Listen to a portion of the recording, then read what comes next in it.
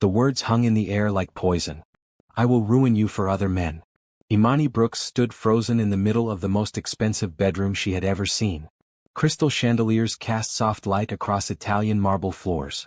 Silk curtains worth more than her entire childhood home framed windows that overlooked the Manhattan skyline. But none of that mattered now. Not when her husband of exactly 4 hours stood before her with ice in his blue eyes and cruelty on his lips. Jonathan Prescott, billionaire, bachelor no more, and the man who had just made her his wife in front of 300 guests, looked at her like she was a disease he needed to cure. I did not ask for this, he said, his voice low and dangerous. I did not ask for you to walk into my life with your kind eyes and your gentle smile and your way of making everyone around you feel like they matter. Imani's hands trembled at her sides. Her white wedding gown, a designer piece that cost more than she would have made in 10 years at her old job, suddenly felt like a costume. Like she was playing a role she was never meant to have. I did not ask, Jonathan continued, stepping closer, for you to tempt me, to make me think about you when I should be thinking about work, to make me wonder what your laugh sounds like when you are truly happy, to make me care. He spat the last word like it burned his tongue. So I am telling you now, wife. He reached out and lifted her chin with one finger, forcing her to meet his gaze. I will ruin you for other men. I will make it so that no matter what happens between us, no matter how this ends, you will never be able to look at another man without thinking of me. Without comparing him to me. Without finding him lacking. A single tear slipped down Imani's cheek. Jonathan watched it fall. Something flickered in his eyes, something that might have been pain, but it was gone before she could be sure. That is my promise to you, he said. My wedding gift. My curse. Then he turned and walked out of their bedroom, leaving her alone on what should have been the happiest night of her life. Imani sank onto the edge of the bed, her wedding dress pooling around her like a cloud of broken dreams. She pressed her hand to her mouth to muffle the sound of her crying. How had it come to this? How had a simple act of kindness led her to marry a man who seemed to hate her for existing? And why, even now, even after everything he had just said, did some small part of her heart still beat faster when he was near? Have you ever loved someone who seemed determined to push you away? Someone whose words cut like glass but whose eyes told a different story? Comment below and tell me your story. And if you want to see how Imani survives this marriage, subscribe now so you do not miss what happens next. Because trust me, this story is just beginning, and what Jonathan Prescott does not know yet is that Imani Brooks is not a woman who breaks easily. The morning after her wedding, Imani woke up alone. Sunlight streamed through the tall windows of the guest bedroom where she had eventually cried herself to sleep. The master bedroom, the one she was supposed to share with her husband, remained untouched. She could not bring herself to sleep in that bed. Not after what he had said. She sat up slowly, her body aching from sleeping in her wedding dress. She had been too exhausted, too heartbroken to change. Now the beautiful gown was wrinkled and stained with her tears. A soft knock came at the door. Mrs. Prescott? The name felt foreign. Wrong somehow. Yes. The door opened to reveal a kind-faced woman in her mid-40s, her brown skin warm in the morning light. She wore a simple blue dress and carried a tray of breakfast. I am Lorraine Mitchell, the head housekeeper. I thought you might like some breakfast in your room this morning. Imani managed a small smile. Thank you, Lorraine. That is very kind of you. Lorraine set the tray on a nearby table and then turned to look at Imani with knowing eyes. I have worked for this family for 20 years, Mrs. Prescott. I have seen a lot of things in this house. Joy. Pain. Everything in between. Imani did not know what to say to that. Mr. Jonathan, Lorraine continued, he is not an easy man. But he is not a bad man either. He is just broken in ways that take time to understand. Why are you telling me this? Lorraine smiled gently.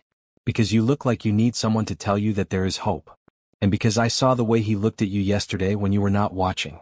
That man is fighting something inside himself. Something that has nothing to do with you. After Lorraine left, Imani sat with her breakfast and thought about those words. She thought about the contract she had signed 3 months ago. She thought about the circumstances that had led her here. And she thought about Jonathan Prescott, the billionaire who claimed to hate her for tempting him. What had he meant by that? She had not tried to tempt him. She had barely spoken to him in the months leading up to the wedding. Their interactions had been limited to formal meetings about the contract, brief exchanges of necessary information, nothing more. But even in those short meetings she had noticed things about him. The way his jaw would tighten when someone mentioned his father. The way his eyes would soften, just for a moment, when he looked at his grandmother.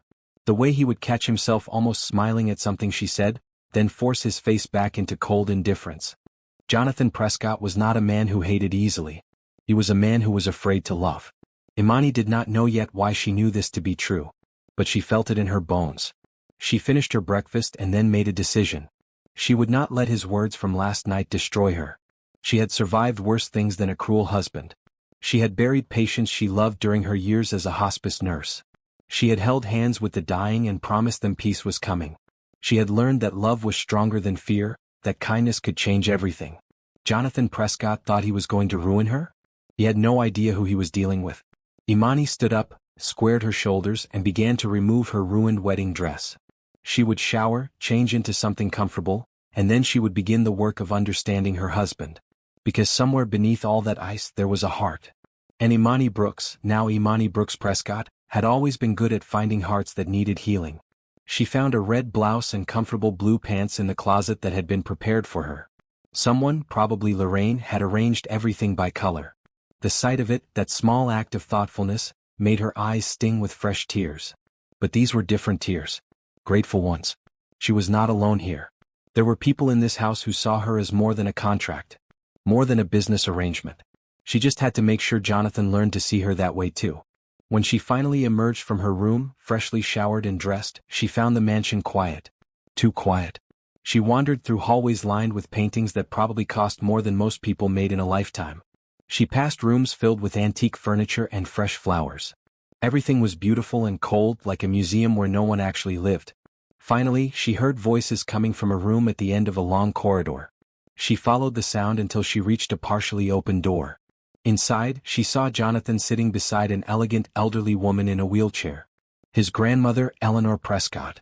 The woman who had orchestrated this entire marriage. "You cannot keep running from your feelings," Eleanor was saying, her voice thin but firm. "That girl is good and kind and exactly what you need." "What I need," Jonathan replied, his voice tight, "is to focus on the company. Not on playing house with a woman I barely know." "You married her. Because you asked me to. Because you said it was your dying wish." Eleanor laughed, a sound like wind chimes. "And you love me enough to grant dying wishes. Which means you are capable of love, Jonathan. No matter how hard you try to pretend otherwise." Imani stepped back from the door, her heart pounding. A dying wish. That was why this had happened. Eleanor was dying and somehow, Imani had become part of her final request. But why? Why would a dying woman want her grandson to marry a stranger? There was more to this story. More than the contract had revealed. And Imani was determined to find out what it was. 3 months earlier, Imani sat in the waiting room of a law office that screamed money. Leather chairs, original artwork, a receptionist who looked like she had stepped out of a fashion magazine. Everything about this place was designed to remind visitors that they were in the presence of wealth and power. Imani did not belong here. She was a hospice nurse, or at least she had been until 2 weeks ago. She had lost her job when the facility where she worked closed down due to funding issues. Now she was drowning in student loans, behind on rent, and desperately searching for a way to keep her parents from losing their home. Her mother was sick. Not dying, thank God, but sick enough that she could not work. Her father's small construction business had been struggling for years. They had taken out a second mortgage to help pay for Imani's nursing school, believing that her career would help them all build a better life. And now that second mortgage was about to cost them everything. The letter had arrived last week. Foreclosure proceedings would begin in 60 days. Imani had tried everything. She had applied for dozens of jobs, but the nursing job market was tight. She had looked into loans, but her credit was already stretched too thin. She had even considered selling her car, but it was worth less than what she owed on it. She was out of options. And then, 3 days ago, she had received a strange letter. An invitation to this law office, with a promise that someone wanted to offer her a solution to all her problems. She had almost thrown it away thinking it was a scam. But desperation made people do things they would normally never consider. So here she was. "Ms. Brooks?" Imani looked up to see a young man in an expensive suit approaching her. "Mrs. Prescott will see you now." Mrs. Prescott. The name meant nothing to Imani. She had never heard of any Prescotts before this letter arrived. She followed the young man through a maze of corridors until they reached a corner office with floor-to-ceiling windows. Sitting inside, in a wheelchair position to catch the afternoon light, was an elderly woman with silver hair and sharp eyes. "Please sit down," the woman said, gesturing to a chair across from her. I am Eleanor Prescott. Thank you for coming, Ms. Brooks. I do not understand why I am here, Imani admitted as she sat down.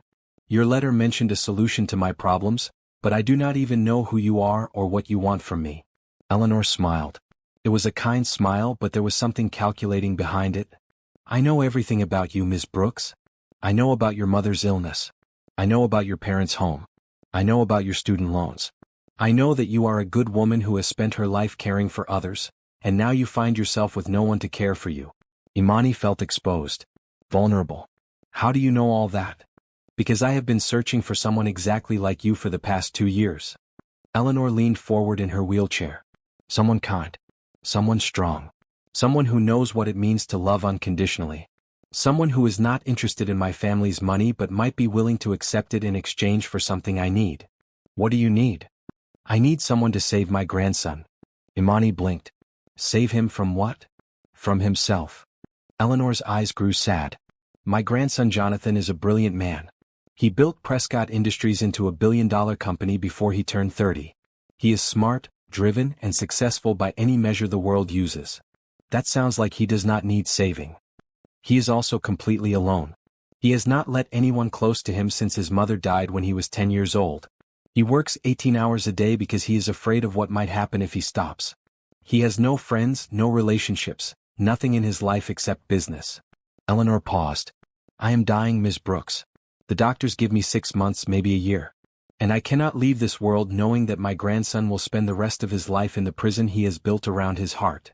I am sorry for your illness, Imani said carefully, but I still do not understand what this has to do with me. Eleanor reached into a folder beside her and pulled out a document. I want you to marry my grandson. Imani stared at her. Excuse me? A contract marriage. 1 year. In exchange, I will pay off your student loans, save your parents' home, cover your mother's medical expenses, and provide you with a settlement of $5 million at the end of the contract. The numbers swam in Imani's head. It was more money than she could comprehend. Why would you do this? Because I believe you are the one person who might be able to reach him.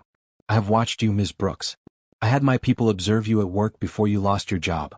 I saw how you treated your patients, how you held their hands and sang to them and made their last days brighter. That kind of love, that kind of compassion, it is rare. And it is exactly what my grandson needs. But a marriage, Imani protested. Marriage is supposed to be about love, not contracts. Sometimes love needs a little help finding its way. Eleanor pushed the document toward her. Think about it. Take all the time you need. But know this, Ms. Brooks. I'm not asking you to pretend to love him. I'm asking you to give him a chance. To be in his life for 1 year and show him what it means to be truly seen by another person. What happens after that is up to both of you. Imani took the document with shaking hands. She should have said no. Every reasonable part of her brain told her this was insane. But she thought about her mother, sick and scared. She thought about her father, working himself to exhaustion trying to save their home. She thought about all the patients she had lost over the years, and how many of them had spent their last moments alone because they had pushed everyone away. Maybe Eleanor was right. Maybe some people needed help learning how to love. And maybe Imani needed to believe that kindness could change things because without that belief she had nothing left. I need to think about it, she said. Eleanor nodded. Take all the time you need. But Ms. Brooks? Do not take too long. My time is running out. 2 weeks after signing the contract, Imani moved into the Prescott mansion. Jonathan had been coldly polite during their few interactions before the move. He had explained the rules of their arrangement in clipped sentences. Separate bedrooms. Public appearances as needed. No interference in his work. In exchange, she would have access to his homes, his staff, and a generous monthly allowance. This is a business arrangement, he had said. Nothing more. Imani had simply nodded. But now, living under the same roof as him, she began to see cracks in his armor.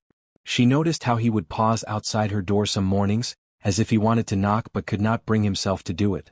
She noticed how his eyes would follow her when she walked through a room, even when he was pretending to read something on his phone. She noticed how he would suddenly find reasons to be in the kitchen when she was cooking, even though he had a personal chef who could make him anything he wanted. You do not have to cook for yourself, he said one evening, appearing in the kitchen doorway while she was making pasta. That is what the staff is for. Imani shrugged, not looking up from the stove. I like cooking. It relaxes me. It seems like a waste of your time. Time spent doing something you love is never wasted. She heard him make a sound that might have been a laugh, quickly suppressed. Is that your philosophy? Love conquers all? Now she did look at him. He was leaning against the doorframe, arms crossed, watching her with an expression she could not quite read. I believe kindness changes things, she said. I believe that most people are fighting battles we cannot see. And I believe that a little compassion can make those battles easier to bear. Jonathan's jaw tightened. And if someone does not want compassion? If they prefer to fight their battles alone? Then I would say that person is afraid. And I would wonder what made them so scared of letting someone help them. They stared at each other across the kitchen. The pasta bubbled softly on the stove. Outside, the sun was setting over Manhattan, painting the sky in shades of orange and pink. You think you understand me, Jonathan said finally. You think you can read me like one of your dying patients. I think you are not as cold as you pretend to be. And I think it takes a lot of energy to keep that wall up all the time. For just a moment, something shifted in his eyes. Something raw and vulnerable flickered there, like a flame fighting against the wind. Then it was gone. Enjoy your pasta, he said and walked away. Imani watched him go, her heart beating faster than it should. She had seen something in that moment. A glimpse of the man beneath the ice. And that man was not cruel. He was terrified. Over the next few weeks, Imani made a point of being present. Not pushy, not demanding, just present. She would read in the library when he was working late. She would walk through the garden when he was in his study. She would smile at him when they passed in the hallways, never expecting anything in return. The staff noticed the change in the house.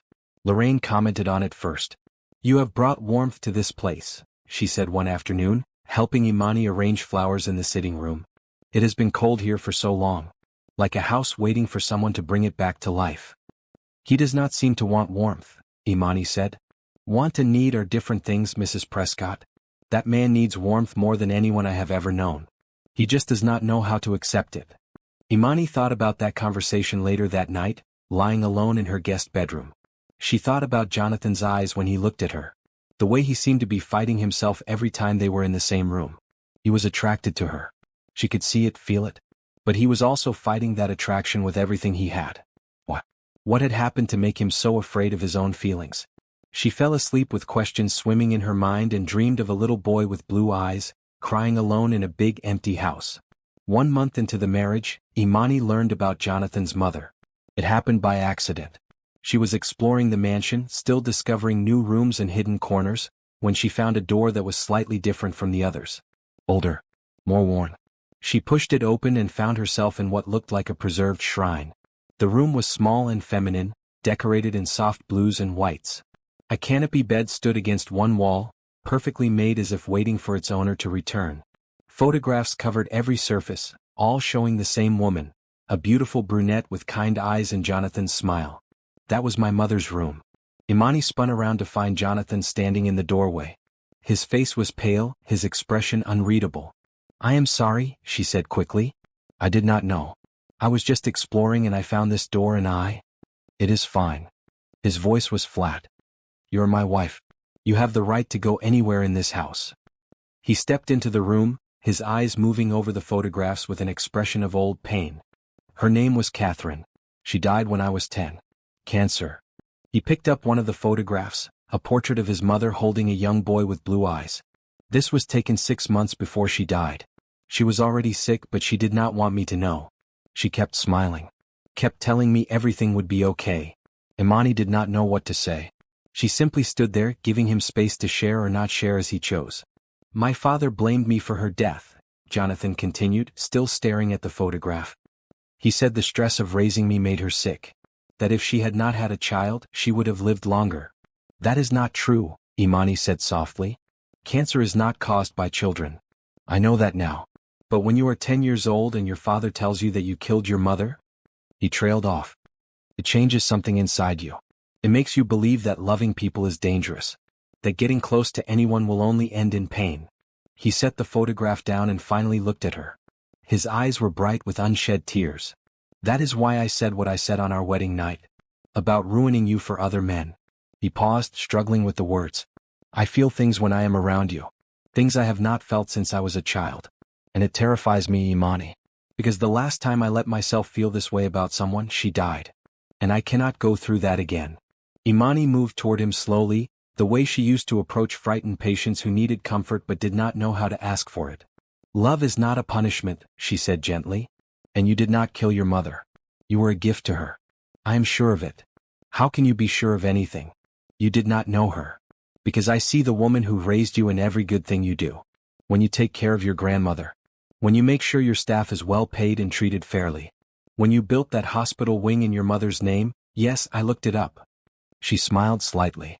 "You are not the cold man you pretend to be, Jonathan. You are a good man who has been hurt. And hurt people build walls because they think the walls will keep them safe. Do they not? No. They just keep you trapped inside with your pain." Jonathan stared at her for a long moment. Then, so quietly she almost did not hear it, he said, "I do not know how to take down the walls." "You do not have to take them down all at once. You just have to let someone in. One brick at a time." She held out her hand. He looked at it like it was the most dangerous thing he had ever seen. Then, slowly he took it. His hand was warm in hers. Strong. Trembling slightly. "One brick at a time," he repeated. "One brick at a time." They stood there in his mother's room, holding hands, two strangers who were slowly becoming something more. And for the first time since she had signed that contract, Imani believed that this marriage might become real. 6 weeks into the marriage, Jonathan fell ill. Imani heard it first from Lorraine, who knocked on her bedroom door early one morning with worry in her eyes. "Mr. Jonathan has a fever," the housekeeper said. "He will not let anyone call a doctor. He keeps saying he has too much work to do." Imani was out of bed and moving before Lorraine finished speaking. She found Jonathan in his home office, hunched over his computer, his face flushed and his eyes glassy with fever. "What are you doing?" she demanded. 6 weeks into the marriage, Jonathan fell ill. Imani heard it first from Lorraine, who knocked on her bedroom door early one morning with worry in her eyes. "Mr. Jonathan has a fever," the housekeeper said. "He will not let anyone call a doctor. He keeps saying he has too much work to do." Imani was out of bed and moving before Lorraine finished speaking. She found Jonathan in his home office, hunched over his computer, his face flushed and his eyes glassy with fever. "What are you doing?" she demanded. "Working." His voice was hoarse. "There is a merger happening. I cannot miss the calls. You are sick. You need to rest." "I do not have time to be sick." Imani marched over to his desk and put her hand on his forehead. He was burning up. "Jonathan, your temperature has to be at least 103. You need to be in bed." "I told you I cannot." "You cannot help anyone if you collapse. Including yourself." She grabbed his arm and pulled him to his feet. He was so weak that he came with her easily, which scared her more than anything. This was a man who prided himself on control, on strength. For him to give in so quickly meant he was sicker than he wanted to admit. She guided him to his bedroom and helped him into bed. He was too tired to protest. "I am going to call a doctor," she said. "No doctors." "Jonathan. I do not like doctors." His voice was barely a whisper. "They could not save my mother. They just kept poking at her and giving her pills that made her sleep. She died anyway." Imani understood then. His resistance was not about work. It was about fear. About the trauma of watching his mother fade away under medical care that could not help her. "Okay," she said softly. "No doctors. But you have to let me take care of you. I was a nurse, remember? I know what I am doing." He looked up at her with fever-bright eyes. "You would do that? Take care of me? That is what wives do." A ghost of a smile crossed his face. "We both know this is not a real marriage." "Maybe not. But I am real. And I am here. And I am not leaving." She spent the next 3 days at his bedside. She gave him fluids and medicine. She put cool cloths on his forehead when his fever spiked. She read to him when he could not sleep and sat with him in silence when he was too tired to talk. On the second night, his fever broke. He woke up drenched in sweat but clear-eyed for the first time in days. "You stayed," he said, looking at her with something like wonder. "I said I would. No one has ever." He stopped, struggling with the words. "No one has taken care of me since my mother." Imani reached out and brushed the damp hair from his forehead. Then it was long overdue. He caught her hand and held it against his cheek. His skin was still warm, but the dangerous heat was gone. "I do not deserve your kindness," he said. "That is not how kindness works. It is not something you earn. It is something you are given." He closed his eyes and let out a long, shaky breath. When he opened them again, something had changed in his expression. The ice was still there, but it was cracking, melting at the edges. "Thank you, Imani."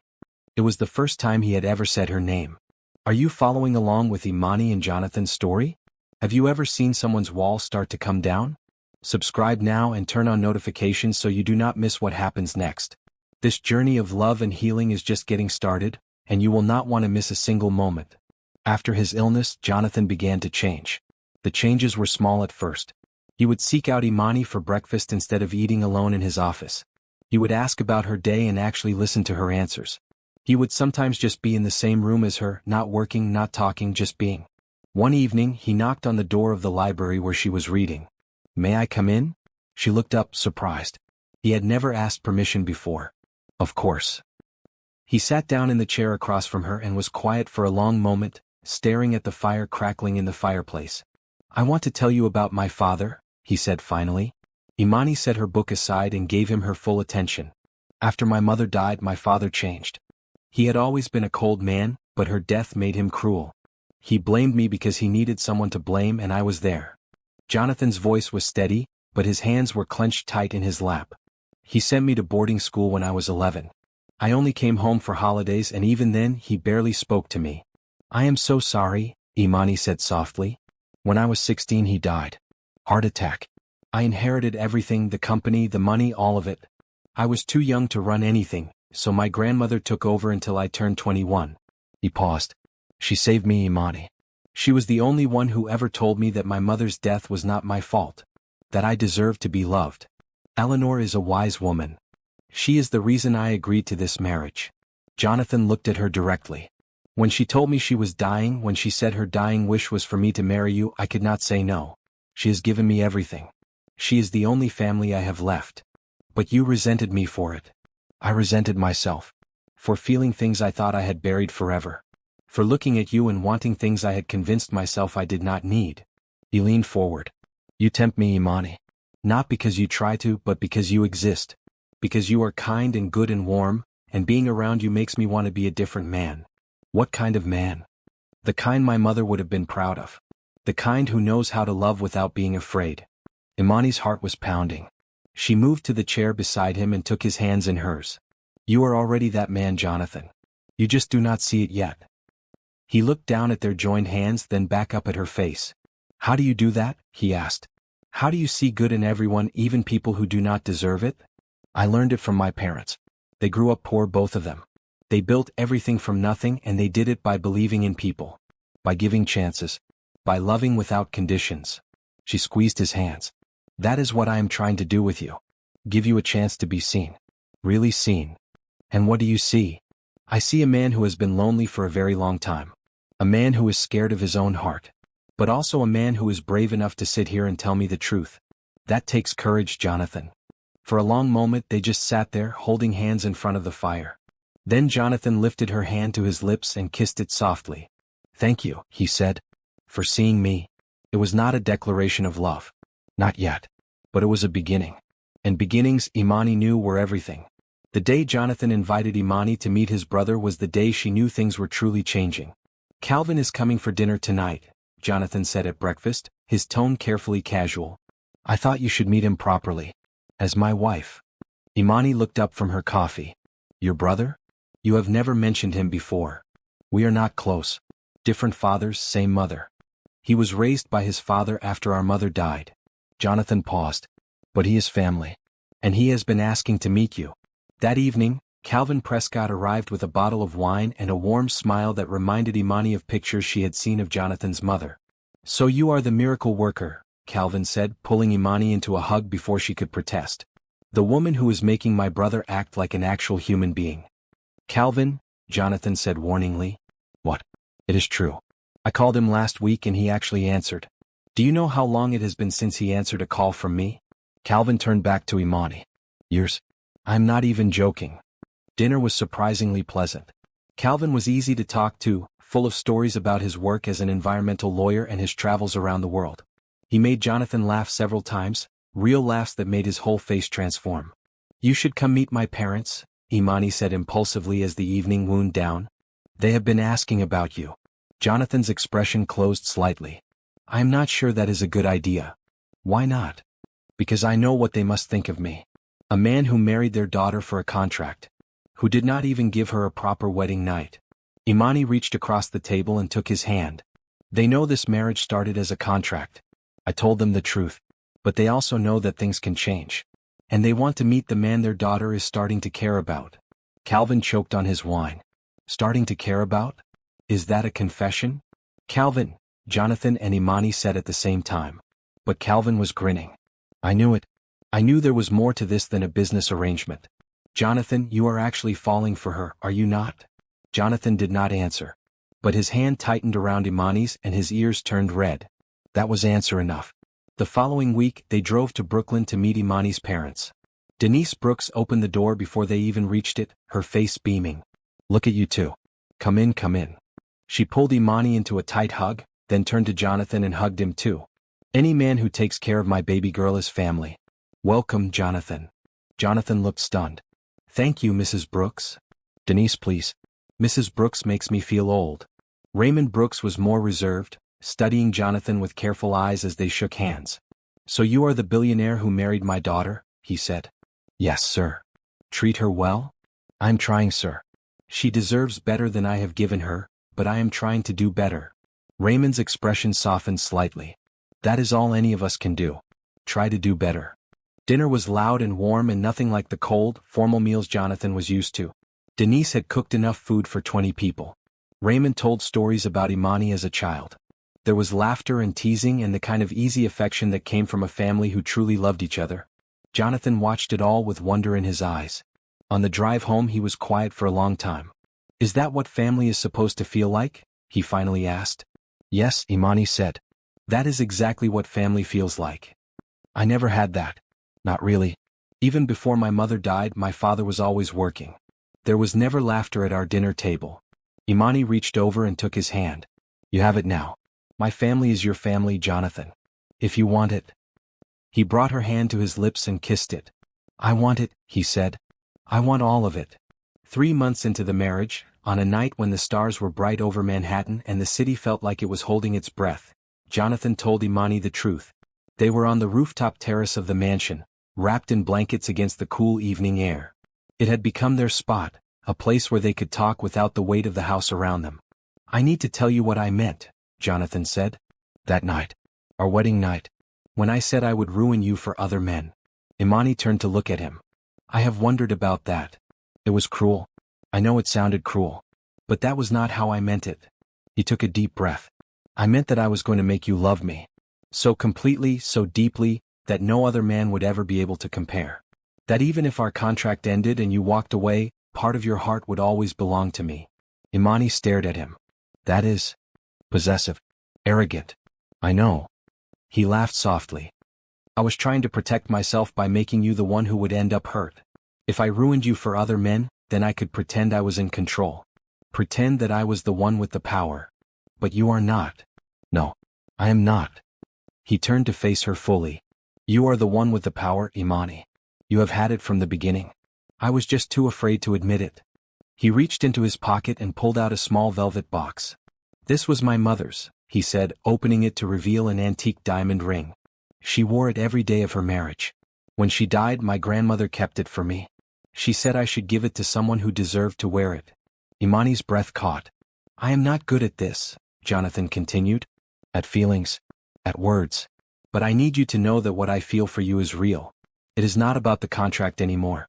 It is not about my grandmother's dying wish. It is about you. He took her hand and slid the ring onto her finger. I love you, Imani. I love your kindness and your strength and the way you see the best in everyone, including me. I love how you cook dinner when we have a personal chef and how you sing off-key when you think no one is listening. I love every single thing about you. Tears were streaming down Imani's face. Jonathan. You do not have to say it back. I know this is a lot. I know our situation is complicated. But I needed you to know. Whatever happens next, I needed you to know that you changed me. You saved me. Imani cupped his face in her hands and kissed him. It was their first real kiss. Soft and sweet and full of promise. When they pulled apart, she was smiling through her tears. I love you too, she said. I think I have loved you since you fell asleep holding my hand while you were sick. Since I saw the scared little boy hiding behind the cold billionaire. Since you let me in one brick at a time. Jonathan pulled her close, wrapping his arms around her. So this is what it feels like, he murmured against her hair. What feels like? Love. Real love. Without walls. Imani smiled and held him tighter. Yes, she said. This is exactly what it feels like. Happiness, they discovered, did not mean the end of challenges.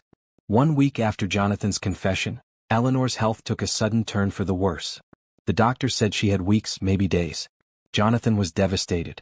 I cannot lose her, he said, his voice breaking as they stood in the hospital corridor. She is the only family I have ever really had. Imani held him tight. You have me now. You have my family. You are not alone. But there was worse to come. The next morning, a story broke in the financial news.